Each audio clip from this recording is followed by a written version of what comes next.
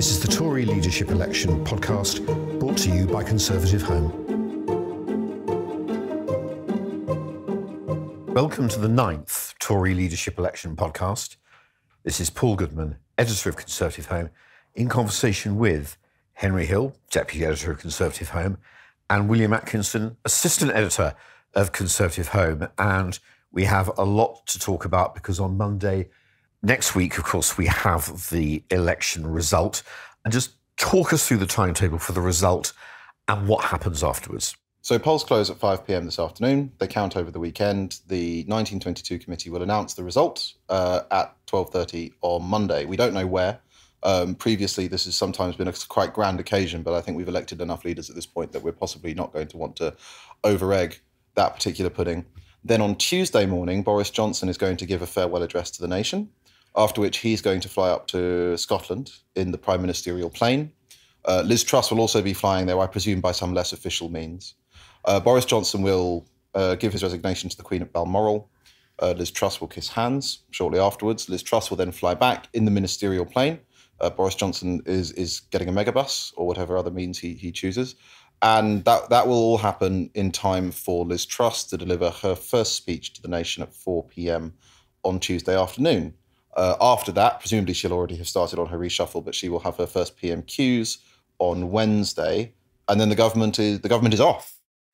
It sounds to me as though it's going to be a race between the first PMQs at which she must appear and the statement that she's presumably going to make after it about cost of living crisis and energy.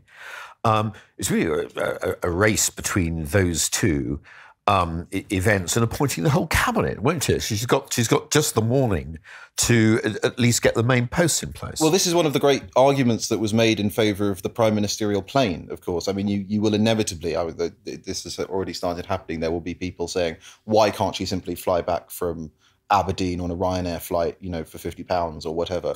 But the great advantage of having an official plane is that she can actually crack on the flight home. But she will have a vast amount to do because she's already said that she doesn't want to finalise her plans for energy crisis and the cost of living until she's been able to have a full discussion with the Treasury and have the support of the civil service, which is perfectly reasonable, but the clock is ticking given how long the campaign has been. She will have to conduct a complete cabinet reshuffle, which, we've live blogged them in the past. That's not a small process. That's actually a very time-consuming process, although she might perhaps have already done a lot of it, a lot of the promising major positions to people. But there's always firefighting and things that you forget when you're doing that. And she'll have to prep for PMQs. In fact, we're unlikely to see the last of the government appointments, I suspect, until next Thursday evening, or even possibly the end of Friday, by the time you're doing the whips and you've got onto Lords ministers and then Lords whips. I mean, this is going to go on for some time. There is always the question when we've been doing these in the past as to trying to work out when the reshuffle has actually stopped and when we've actually run out of positions as opposed to when they've simply paused it for some reason best known to themselves. And at this point, I'm going to bring both of you in just to talk about the difficult subject of whatever the margin of victory will be, assuming that Liz Truss wins. Now, I've not heard anyone in the Sunak camp actually go so far as to claim that there will be a surprise. But I would say this, on the whole, the last Con Home survey, and YouGov are very much in the same region, gave Truss 58%, and there were 12% don't knows. If you split those don't knows evenly, she would come in at about 64%, and Rishi Sunak would presumably take the rest. And that would be, therefore, if you did that, she would come in a bit below what Boris Johnson got last time. Now, I'm just saying, I had a lot of conversations yesterday with Tory MPs about what they expected the margin to be. I've had one, this is the outer extremity, as it were, who said she's going to win by 58 to, 42. But most people are saying 60-40, 60-40, 60-40. So I'll have to, I can't duck this challenge myself, so I'm going to have to try and give a figure. Where do you think the margin of victory is going to be, roughly, Henry? So it's difficult because obviously we've got no real way of knowing. This is a very hard contest to survey compared to a general election. All of the polling, as you say, points overwhelmingly towards a Truss victory, which I think 60-40 would be a perfectly reasonable result. The thing that gives me a slight nagging reservation is just the sheer number of times Rishi Sunak has had a very good audience. William and I were both at the London hustings this week because we both have too much time on our hands. And it was really noticeable that Liz Truss had a section, but Rishi Sunak had the room. Now, you might think London, not really natural Truss territory, but you recall the Sky debate when they did a show of hands and it was overwhelmingly for Sunak, and that was quite surprising. And it's been visible in some of the others as well. Now, it might be simply that his people are more likely to turn up on the day, or that they know they're the underdogs and therefore they're making more noise. But I wouldn't be entirely surprised if the margin of error was somewhat narrower than the polls have suggested. And if that is the case, that will raise a question about the impact of polling on the race. Because, of course, if Rishi Sunak has been written off by activists and members on the basis of the polling, that could have become a self-fulfilling prophecy. William, what do you think? Yes, I agree with Henry on that. Obviously, I think, as Henry rightly raises, the London audience is particularly bizarre, not only because it was £8 a pint in the Wembley Arena, but I would also say that the sort of activists, the sort of party members who might turn up and vocally support a candidate at a hustings, especially as CCHQ is suggesting that only about 15,000 people have turned up at all of these hustings put together, especially as 6,000 of those apparently were even in London. When you compare that to a party whose membership is somewhere, the figure has been talked about a lot this week, between 160,000 to 190,000, we might be in a situation where the silent majority of Bufton Tuftons or Red Wall Warriors and all the rest are all very visibly for Truss, but haven't bothered to turn up at events because they assume that it's hers by default. And I mean, it raises an interesting question, because if Boris, won in 2019 by about 2/3 to 1/3 of the membership, in a race that had always seemed broadly like he was going to win, and he was always the front runner, we've seen in this race Truss emerge relatively quickly after we got to a final two as the front runner. But I mean, to what extent are party members split geographically? To what extent is Rishi Sunak really become that toxic figure for the sort of Borisite and the party membership? I mean, these are the sort of interesting questions that are raised by whatever the result is. And actually, what the final margin is, and I agree with Henry, I agree with you, Paul, that it will probably be somewhere between 6/10 and 2/3 will have voted for Truss, though I wouldn't be surprised if there was a slight upset. What is far more interesting is actually how the Conservative Party, as our actual overall electoral coalition, has shifted over the last couple of general elections. How also is the party membership shifting? How is our base changing? As we're seeing these sort of broader long-term trends in where Tory support is found, where Labour support is becoming more urban and maybe even more suburban, especially in areas around London. So in many ways, this feels like a slightly transitional election in that sort of makeup of the party membership itself. But that's not the sort of thing that you can generate simply from a basic percentages figure that we'll get on Monday. I must say, if the figures were broken down by region, which they won't be, and in fact, I'm not sure any calculation could be made on that basis. The view I've been getting is if the election actually be held in London, Sunak would win, but we're going to have no way of testing that. But it is an important factor to throw in the mix. And the pro-Sunak campaigners tend to say, one, we don't know who's going to turn out, and you've got to assume there will be some level of protest by Johnson devotees, that a fraction of them won't vote. How large it is, we don't know. So there's a question about turnout. And then a defence they've run throughout is that in the larger Southern Shire blue fade associations, there will be more members and the Sunak presence will be stronger. All those factors would tend to, I suppose, on paper, push the Truss vote down from, roughly the 2/3, the 66%. If they all apply, as the Sunak campaign and others have presented them, I think it will be Not a great result for Truss, even though it's a perfectly comfortable figure. If she's below 60% in the 50s, I think it'll be extremely strong result for her if she gets up into the 70s. What I would say, and this is a purely intuition, I've no way of proving it, I wonder if the don't knows are more likely to break for Sunak than for Truss. If that's so, if our survey was right, those are two big ifs, you'd be more in the 60-40 area than the 70-30, but we will see.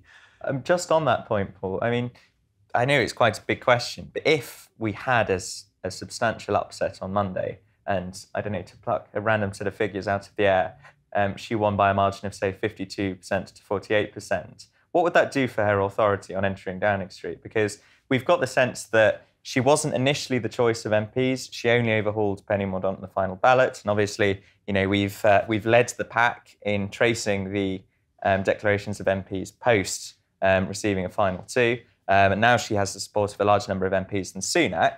But if she enters Downing Street and all of the headlines are saying, oh, it's much narrower than we thought it were, will that wound her any sense from day one, or by the very fact she's got across the line? At the extremity, I mean, I think 52-48 really is very unlikely. Just suppose for a moment it were to be something more like 56-44. I think you are in territory where there's more pressure on her to bring the party together. There's more interest in what Sunak does. There's more pressure on her to form a sort of broadly based cabinet. So actually, perhaps at this point, we ought to have just a very brief discussion about cabinet. I've been assuming, on the basis of Kwasi Kwarteng having been sent out 2 weeks ago into the Mail on Sunday to write their help is coming, the one assumption I am making is that Kwasi Kwarteng will be the Chancellor. As for the rest of the posts, I really don't think it's at all clear. There's really one version of events in which you have a Treasury team that are quite committed to her programme, with Kwasi and perhaps John Redwood in, though I continue to hear different accounts of that. I think the question that arises, if you're going to have a Treasury team that's very much built in Truss's image and likeness, is what you do about the Home Office, the Foreign Office and the great ministries of state. I'm assuming it's likely that Ben Wallace would continue at Defence. But were she, as it is sometimes claimed, to be putting Suella Braverman in the Home Office and James Cleverly in the Foreign Office, were that so, this would very much be a clean sweep of the top posts for the centre-right of the party, wouldn't it?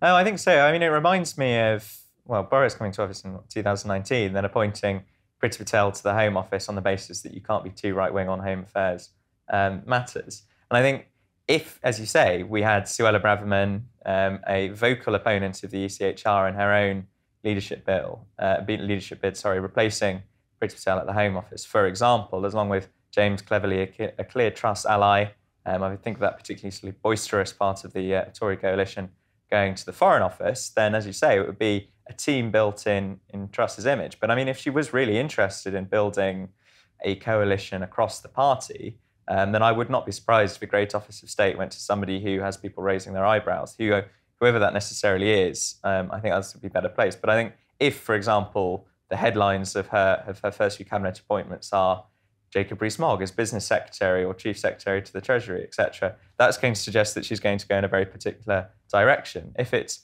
Tom Tugendhat is become, for whatever reason, chief secretary to the Treasury, that perhaps suggests she's more interested in appealing across the party. It's just a matter of fact, isn't it, William, and I'll ask Henry a question in a moment, that if you take the Treasury, and assume there's going to be a very Truss team, if you go back to her original supporters in Cabinet, you have Simon Clarke, you have Therese Coffey, one of her best political friends, and Kwasi Kwarteng. You've not got enough original loyalists who were in Cabinet to fill those Treasury posts, and then what I call the spine, which is party chairman, leader of the House, chief whip, chancellor of the duchy, and the person who will fill the cabinet office. She has got to look either outside her list of supporters, or she's going to have to look for supporters who are either lower down the ministerial chain, like Chloe Smith or Vicky Ford, or two older and experienced supporters like Ian Duncan Smith, isn't she? Yes, yeah. So I think it might be an interesting combination then if he finally sort of makes cabinet rank. I mean, Chloe Smith obviously won that by-election in Norfolk, I think. They didn't quote me on that. About 13, 14 years ago, and she's constantly been somewhere in the cabinet office or somewhere at DWP, etc. And so I wouldn't be surprised if she finally broke through to cabinet level, because she was a very immediate and early on supporter of Truss. But I think we've had lots of talk, and obviously people have done endless writes up in the Times, the Telegraph, etc., of who might go where. But we've also got to think about other leadership candidates, however successful or not their campaigns were, where they might end up. So, for example, Nadhim Zahawi, Sajid Javid, I would not be surprised if either of them ended up in some sort of position in the cabinet. But obviously both of them have served for not particularly long as Chancellor of the Exchequer. So one would expect that the sort of jobs that they would be wanting to take were not necessarily going to be shunted off to be Minister of State at the Northern Ireland Department, but they would want something of sort of substantial meat and something quite front-facing. And as we know, as part of the Omni crisis, which I mentioned ad infinitum that we're facing this winter, the NHS, for example, is going to get an awful lot of headlines because it's going to be under such strain. And as we see, waiting lists spiral towards 10 million. So whoever ends up as health secretary is not going to have a very good winter. But then, therefore, wouldn't you want somebody who is actually quite an experienced political operator, like a Zahawi or a Sajid Javid, who's already done the job once before? So that sort of thing raises quite a lot of questions as well about who goes where. And Henry, let's just think for a moment about Rishi Sunak and just ask ourselves the simple question: do you think she's likely is she to make him a job offer that he would find it hard to refuse? And I suppose the posts I'm thinking of are really, they've got to be great offices of state, or the Foreign Office or the Home Office. How likely is he, on the basis of what he's been saying during the hustings, just to draw stumps and say, well, I've issued such a searing critique of the economic prospectus, I don't really think serving would help either me or you? It's quite difficult to say, because I think at one point he said he'd serve, but he's since toughened up his position. And I think the big question for Rishi Sunak is, are you prepared to be on the front bench, as you say, when an economic prospectus, which you genuinely think is disastrous? It's quite clear this wasn't just a tactical position. He genuinely thinks that Liz Truss's programme is going to be inflationary and is going to be politically unsustainable. Do you want to be on the front bench defending that at the dispatch box? I don't think you do, especially not if you harbour any remaining long-term ambitions. You might be better served making sort of learned interventions from the backbenches, and then in the event that everything does go wrong, there will inevitably be a group of people who say, Rishi maybe had it right after all. Maybe, say we lose in 24, not saying this is on his mind, he might want to go to California, as so many people are saying, but it would certainly tee him up better than having dipped his hand in the blood and served in the Truss cabinet.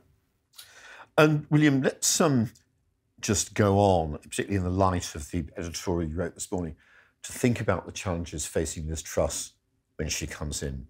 I mean, she's basically run a campaign of what David Cameron in 2005 would have called change, optimism and hope. Tax cuts, our best days are ahead of us, which is a phrase I think she used in her interview with you and Andrew Jimson. Yes, I think Andrew and I then immediately groaned, as it says somewhere, con home groans in the write-up of the interview that Andrew did. And that was her general tone.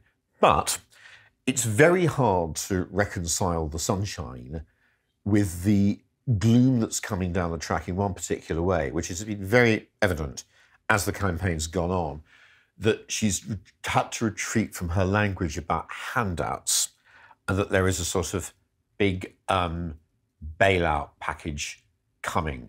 I want to talk you through the kind of things she could do. I mean, one thing that she could do, given that she's going to be so dependent on Parliament, is actually be very careful what she says outside Downing Street. She's not going to want to upset Speaker and MPs in a situation where she's feeling away. Then go in on Wednesday and make a big statement and say, look, I've come in, I've obviously been briefed and spoken to a lot of people, and we clearly have to have I think I would avoid the phrases crisis and emergency, but she could say something like, we are going to have a national resilience program to deal with Putin's energy crisis. So, you lay the blame on Putin. And she then says, I want to make it very clear, we, as well as my cabinet appointments, we're going to have an energy task force, senior ministers. We will meet daily in Cobra.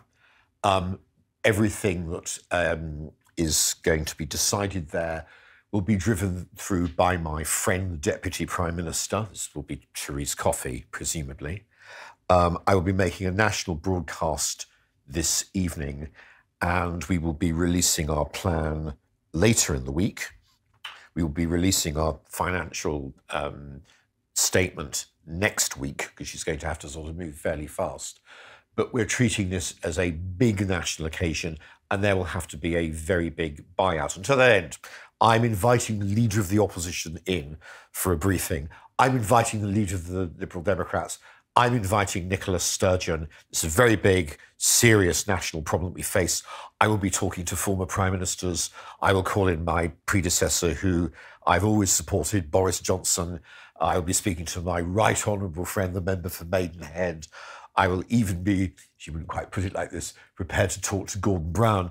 You make a big occasion of it because you are going to have an enormous programme to support people and business through the times that are coming.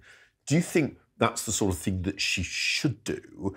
And do you think it's remotely the kind of thing that she will do? To the answer to the first bit, yes. To the answer to the second bit, no.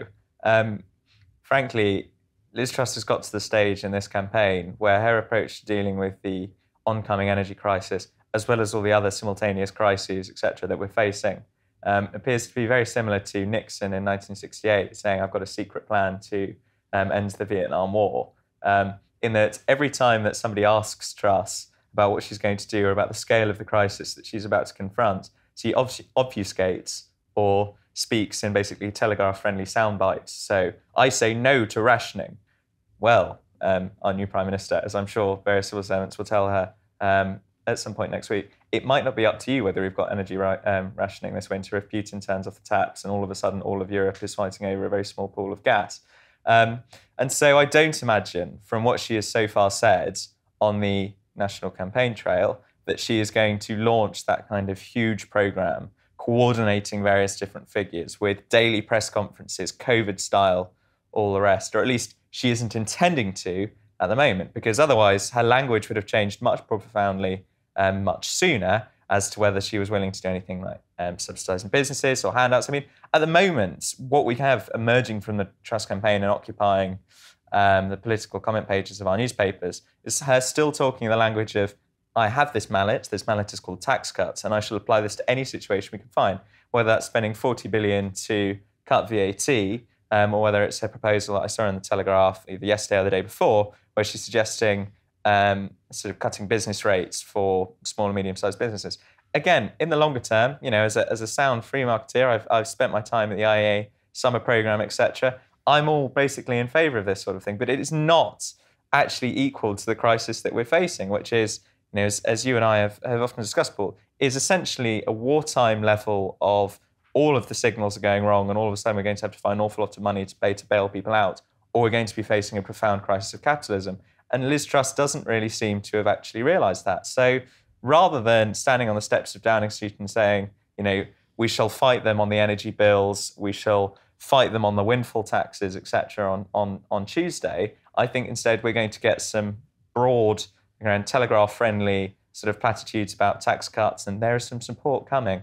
But what that support actually looks like, I think, will actually be quite underwhelming, unless she's going to have the next 2 or 3 weeks with civil servants and various ministers basically imploring her, Prime Minister, you must do this, until she announces a programme on that scale, which I believe will have to be the size of probably COVID and the extent of the intervention that it will be, and probably longer lasting if energy bills are going to be hitting 6,000 and even 8,000 as some are predicting next year. Okay, I'm extremely unwise to say what I'm going to say next, because I've already made one prediction that's gone wrong, and Henry made one that was right, which was I thought that Penny Mordaunt would make the final two. And But there's no need to keep mentioning it. Henry said it was Liz Truss. I've only mentioned it once. Believe me, I only go over my humiliations once, not repeatedly. But the risk of beginning another, I think that one of the discoveries we've made about Liz Truss is that, look, she's been in cabinet for 10 years, really, has presented herself as a new kid on the block. She was a Liberal Democrat, is now the supportee of the party right. She was a Remainer, but is being backed by the Leavers. I think if she doesn't do something like the programme I've laid out, she's going to have to find herself doing it within a few weeks. And she will have enough sense to know that she will never be stronger, given the fact she's not in a strong position at all, than while off at the start.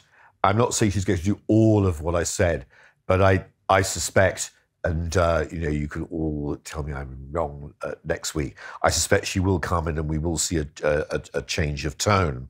But whether I'm right or wrong, let's just sort of finish off with a bit of a burst about the economic policy, because I'm sure you're right in saying it's important for her to deliver the tax cuts that she's promised, principally national insurance and corporation tax. What I've been discussing over the last few days with anyone I can find is how she's going to pay for this enormous bailout that is coming down the road either very soon or quite soon. And what I'm told on all sides is that she will try and do it through a sort of form of war bond. Now, that really raises the following question, right? Can she borrow at a rate that is not punitive and is not going to bring about and lengthen the recession that she says we think we can avoid? If she can, great. If she can't, and she won't raise taxes, the only option that she's got is to send a message to the markets that she is prepared to cut the rate of growth in spending at a moment in the electoral cycle when you wouldn't want to do that. So just talk me through what you think, whether you think she's likely to go for this war bonds type programme, and whether you think she'll be able to finance it. I'm not sure that she will be able to finance it in the way that she's hoping to finance it. I think I wrote a few months ago now about various people who've been talking about war bonds ideas or entreating the debts that we have both for COVID and now, of course, for dealing with this energy crisis in the way that we would treat the debt that we usually get after a large-scale conflict, whether that's the Napoleonic First or Second World Wars. And the way that we dealt with the debt with those is, yes, through a series of war bonds, etc., but also because we had growth at a much higher rate than we do now, we were able to rack up debts of 250-odd% GDP and then pay them off relatively rapidly because the economy was growing so quickly and the actual share of debt to GDP was falling.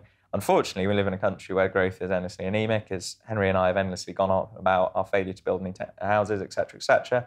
And so if we're all of a sudden going to be adding a lot of borrowing to our national credit card, that's going to mean debt is going to rise and it's likely to stay high for the foreseeable future. Now, I think one of the things that's frustrated me about Truss and various economists who are sort of pro her in the media, etc. I mean, Kate Andrews had a good article in this in The Spectator this week, is that they seem to basically be backing the same sort of economic prospectus that people were talking about 3-4 years ago, where it looked like interest rates were going to be low for the foreseeable future, for the foreseeable future, and so you could borrow to invest because it was incredibly cheap to do so. But we are in a world in which, and I think Andrew Bailey suggests that Sejdić doesn't always necessarily have the best judgment in politics because he appointed him as Governor of the Bank of England and he's been wholly unequal to the task so far of raising interest rates to try and get a handle on inflation, as you're saying. But interest rates are going up in this country, they're going up around the world. We're seeing borrowing costs sort of quadruple based on what they were last year. We're now spending more on paying debt interest than we are on education, on justice, and several other departments put together. And that all means that if you're trying to finance a programme of government, whether that's spending increases that Truss talks about, whether that's the social care and defence, and tax cuts through borrowing more, that is going to become incredibly expensive to do. And as you say, Paul, inflation, Goldman Sachs this week was suggesting it might hit 22%, is already very rapidly eroding the budgets of public services, because Sunak chose not to several months ago, raise their budgets in line with inflation. And so even if you want to keep the rate of spending as it is now, you're going to have to all of a sudden borrow a lot more or increase taxes. And when you apply that then to the entirety of her programme, which requires borrowing a lot more, cutting taxes, all the rest, in a way that doesn't necessarily spur growth, she is going to have to borrow a lot more, and it's going to become much more expensive. So what we are seeing in the medium to long term is tax rises and spending cuts. And as you say, this is exactly the wrong time in the political and indeed probably the economic cycle to be doing that. And now again, I'm in favour of a smaller state. I like lower taxes, but you can't beat the markets, especially as we're going into such a terrible and torrid winter, and especially as Truss has already scared them by saying that she's going to start tinkering the Bank of England's independence and all the rest. So I think all of a sudden we're going to have Mr. Treasury, who Sunak has previously been accused of being captured by, sitting down Truss as Prime Minister and saying, Prime Minister, you've suggested we're going to do all this spending, all this tax cutting, etc. None of this can be done, and you're all of a sudden going to have to offer 50-odd billion in help to businesses, help to households, etc. So, as I've written about a few times now as well, Trussonomics as it's been on the campaign trail versus Trussonomics as it will be in government are going to be two wholly separate things. And we are in a very torrid time, both politically and economically, in the kind of spending and tax plans that she's going to have to be laying out in the next year or two. Just finally, just going off the economics for a minute, if there is this substantial programme of state spending, which is coming down the tracks, the oddity is she's going to be driven more and more for support in the parliamentary party on people who didn't vote for her. And I think some of the people who voted with her will come with her, but others will not. I just note in passing a pretty apocalyptic piece this morning, it's Friday as I speak, from Lord Frost, or if I was being naughty, I would say the future David Frost MP, in the Telegraph this morning, that was breathing a degree of fundamentalism about all this, and setting out the view of the part of the Tory party that will say, we just cannot go on like this. Government cannot continue to intervene on the scale. It can't continue to be so big. We can't have so much debt. We can't have so much growth in spending. We need a completely radical change of course, even if there is political pain. Well, that's the thing that frustrates me about hearing that, Paul, is that fundamentally I agree with a lot of that. But we have a government that was briefing in January 2020, and I mean this as the Johnson administration, etc., that it was a government that was willing to be unpopular. We're going to imitate Margaret Thatcher in 1979. We're going to make the hard arguments. We're going to fight the hard battles. We're going to fundamentally change the nature of Britain's state and economy, etc., and motherhood and apple pie. And obviously COVID, the war in Ukraine, has blown that, of course, slightly. But we're now into the place where we've almost been in government for 13 odd years, as of next year. By the time the next election, if Truss holds it as expected in 2024, though I made the case earlier in the week that she was about to do earlier, we're going to have been in power for 14 years. Now is probably not the time that the electorate is going to accept us standing up and saying, whatever the broader economic circumstances, actually, we've got it wrong for the last 12 years, and we really need to do much bigger cuts. We need to aim for sort of slashing the tax base, etc. If you can frame that as being the only way we're going to get through the coming economic crisis, then it might be feasible. But I don't think there's the willingness within the parliamentary party as a whole, or within the country, for the Tory party to suddenly turn around and poo-poo its record like that so incredibly. I think it did that under Johnson, but Johnson was, and indeed under May, but we were making the argument for where the public is, which is more state spending, more state intervention, etc. I don't think the country is currently in a place where the fever dreams of IEA and ASI wonks and various people on the right and on the Daily Telegraph wing of the Tory party are going to actually get what they want. And I don't think it'll get past the parliamentary party, and I don't think it'll be electorally popular. And I think Tory MPs at the moment are much more interested in keeping their seats than they are on fighting some sort of last-ditch free market crusade, as much as in my heart of hearts, that's the sort of thing I wish that the Tory party actually bothered to do when it held an 80-seat majority. If all this happens, where will it all end? One asks it. Henry, I'm finally over to you for our penultimate winner and loser of the week. So in either category, who've you got for us? So there are several candidates sort of increasingly slightly capricious in choosing 10 weeks in. But I think at this point, I'm probably going to pick Boris Johnson, because the two things have happened this week which I think potentially tee up the most phenomenal laundering of his political reputation. The first is this apparent intervention by Lord Panic on the question of the parliamentary inquiry. Now, I don't know, listeners may have read my piece on the parliamentary inquiry. I think that a lot of what Boris Johnson's supporters have been throwing up is smoke, basically. You know, the legal advice the committee has set out is very clear about the investigation into whether or not he committed contempt of Parliament, and the fact that whether he meant to do it or not is sort of irrelevant to that judgment. But Lord Panic has apparently taken a contrary view. Now, this is significant because Lord Panic is basically famous for being the advocate of the people the government doesn't like.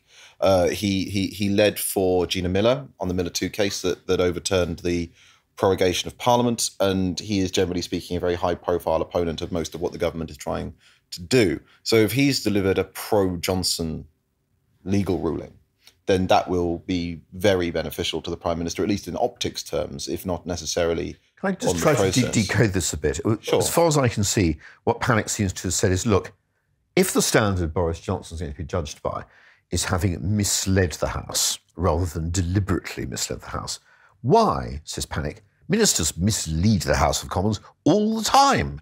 No one will be safe, says Panic, if Boris Johnson is held to that standard, so he shouldn't be. Well, yeah, which is strange, because what nobody seems to have done is really engaged with the argument very clearly laid out by the Clerk of Journals in the committee's own findings, which is basically the question of whether or not a minister commits contempt of Parliament is independent of whether or not they should be sanctioned for doing it. Because contempt of Parliament is a finding of fact. You have A, misled the House, and B, misleading the House has impeded the functioning of the House of Commons. That's the sum of the definition of contempt of Parliament. Then there is a separate question of whether or not you did it deliberately, which is the way that the Clerk of Journals described it, is it's an aggravating factor. So it would be perfectly possible for the committee to find that Boris Johnson has misled the House of Commons in a manner which impeded the House's functions, but he did it inadvertently, and therefore they won't recommend a sanction. And even if they did recommend a sanction, the House of Commons has to vote on the sanction, and the House of Commons wouldn't vote for it because there's an 80-ish seat Conservative majority. So I think there's a lot of blurring of the boundaries here, which is a lot of people, including I'm assuming Panic didn't actually make this mistake, but it was a strange undercurrent to his judgment, which is there's this assumption that the finding of contempt necessarily entails some terrible sanction, but it doesn't. And so the question of whether I genuinely don't see that the committee is bending the rules, and I was slightly baffled by that intervention. But again, it's very helpful for Boris Johnson. And I think the other thing that's very helpful for Boris Johnson this week is this great speech he gave on nuclear. Now, you know, it was Boris at his best. We're going to build things. There's going to be lots of shiny new infrastructure. Britain is going to be energy independent and all the rest of it. And I think it's slightly emblematic that he was doing it in his last week in office, having done nothing for 3 years. But the way that this kind of legacy stuff often ends up playing out, and I think it's the same for Theresa May and net zero, is it's a kind of win-win situation. Because if we go ahead and we build these power stations, he will go down as Boris the visionary who delivered the power stations. And if we don't deliver the power stations, then it will be the pygmies who followed in his footsteps, who failed to deliver on the Great Johnson Power Station project. And so I think given how torrid the next few years are going to be, those two things together really do paint a picture that would have seemed ridiculous even 6 weeks ago, of how in a year or 2 years' time there can be a lot of Conservatives sort of going, oh, Boris, oh, we should never have got rid of Boris. In terms of the loser, and this sort of follows on from your discussion about economic policy, could be tempted to say Liz Truss, but I think I'm actually going to say whoever she picks as Chancellor, because they now are sailing into some extremely difficult headwinds. Because on the one hand, they're going to have been appointed by Liz Truss, who has campaigned on a very specific programme, and you know she will be empowering them to be her red right hand to go forth and deliver tens of billions of pounds worth of tax cuts. On the other hand, Nadhim Zahawi, on one hand, is he says he's drawing up plans that the next Chancellor can implement. The energy companies have published a manifesto for how to support businesses. And so I suspect that the new Chancellor is going to come into office and they're going to find not only the civil service arrayed against them, but all of these plans laid out that they could just do and that they will be urged to do. But of course, you're never stronger as Chancellor when you're first appointed. So what actually, I think you'll end up with a position where the new Chancellor finds that their room for manoeuvre has been narrowed quite substantially, and they get caught between Liz Truss and the institutional economic forces of this country. Well, as is next week, we will know who the Chancellor is going to be. We will know who the new Prime Minister is. So with that thought in mind, to draw this podcast to an end, and I look forward to joining you both for the 10th and the final Tory leadership election podcast next week.